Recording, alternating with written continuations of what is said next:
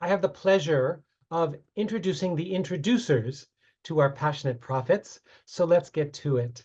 Senator Mark Leno was the first openly gay man elected to the California legislature, where he worked for same-sex marriage equality. He was also a former rabbinical student and a good friend of our first honoree.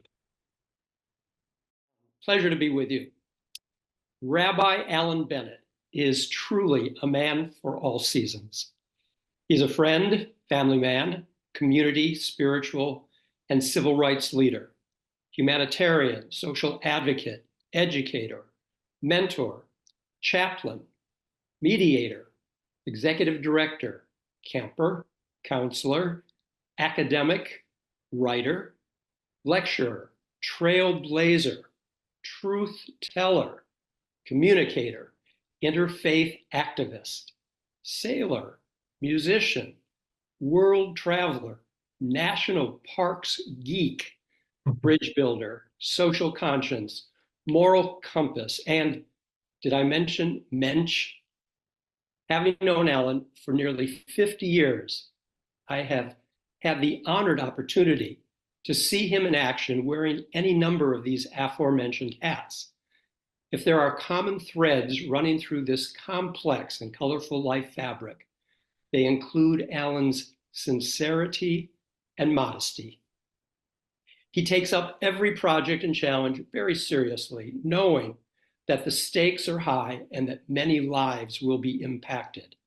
But that seriousness does not extend to himself. Allen has an irrepressible self-deprecating humor which disarms and diffuses any potential hint of immodesty. This attribute can be a powerful tool, whether advocating for social justice or in grief counseling, because the focus is never diverted from the intended subject. I always enjoy hearing or reading about Allen's stories about his beloved Camp Nebagamon in northwestern Wisconsin, with which he has been associated for over 60 years. First as a young camper, then as a teenage staffer, sailing instructor, and counselor. Today, of course, he is the admired and respected elder statesman with an unmatched encyclopedic knowledge of its history. A summer camp experience is not uncommonly of formative value to many boys and young men, but it is the rare exception that creates an entire lifetime relationship with it. It may be that the skills, friendships, and leadership that are developed in the camp environment are so very much reflected in Allen's professional endeavors. The treasure of the foundational stone that Camp Nebagamon has been and continues to be for Allen cannot be overstated. As a teacher, Allen leads by example. His entire life is a manifestation of the values he continues to embrace: honesty, respect and dignity for all, compassion, and a tireless commitment to tikkun olam, the repair of the world. Being the first, as Allen has been, as an openly gay rabbi, has at times been a lonely endeavor. But as the world has slowly caught up with who Allen is, the dividends are many. As a former seminarian at the Hebrew Union College myself, I dropped out around the time that Allen was ordained in the mid-1970s. My sexual orientation and identity were very much a part of my decision not to finish my studies and pursue the course of spiritual leadership, which Allen did. My respect and admiration for all that you have since accomplished, Allen, I hope have been clearly stated here. You are a champion and a hero to so many.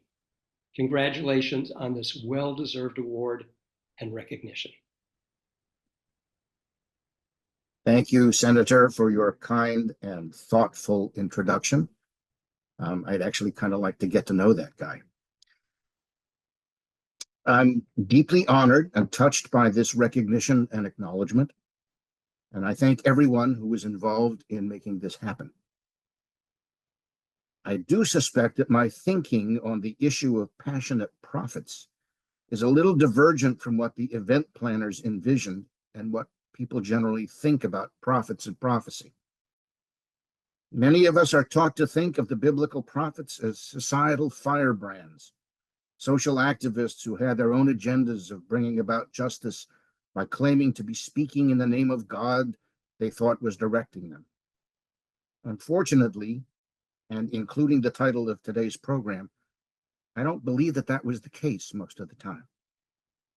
I remember from one of my early seminary classes on biblical prophets and prophecy that one way you could tell if someone was genuinely a prophet was if they specifically and categorically didn't want the job of being a prophet. For me, Jeremiah and Amos come to mind first, but there are many others. The other giveaway was that a real prophet only spoke the words that God put in their mouth. They weren't interpreters of God's wishes. They were literal mouthpieces of God. So it wasn't as though they had a staff of writers who took the pulse of the people to determine what the prophet could or should say. Even when the prophet didn't want to say it, for whatever reason, when they opened their mouth, it was God's words that came out of those mouths and not their own words. So the fact that someone from the LGBTQ RAN decided to call us prophets does not, with all due respect, make us prophets, at least not intentional prophets. In my case, I didn't sit around thinking that I should stand up and come out as the first openly gay rabbi in history. To be brutally honest, until someone else suggested it to me, it had never even crossed my mind. And I don't think I would have jumped at the opportunity if I had given it much thought. But when everyday folks in the journalism and political world suggested to me that by coming out in the way they were suggesting, I might eventually make life much better for clergy in particular and everyone else in general, I basically said, yeah, sure, why not? That doesn't sound very prophetic or passionate to me. The only thing that even distantly approaches the prophetic is that I was bound and determined to be honest about who I was, to be true to myself and to speak my truth, and not as worried about the potential consequences of that choice as I might have been. Truth to be told, I was never looking for a fight, and I'm still not. If I'm passionate about anything, it is that I believe that fighting over our expressions of our selfhood is a fight we should never have had to fight. But I would be foolish if I didn't recognize and acknowledge that in too many cases, we are not paranoid. They are, in fact, out to get us. So we have to protect ourselves and the others whom our detractors demonize and threaten. But all of that, friends, is not prophecy. It continues to be our everyday reality in too many places and circumstances. We don't need prophets or need to be prophets. We need to be stalwarts. So whether I am a prophet or not is beside the point. I will take my passion for the truth as far as I can and as best I can to my last breath. And if this honor will help any of us on that journey, then I thank you all the more for your honor and your support.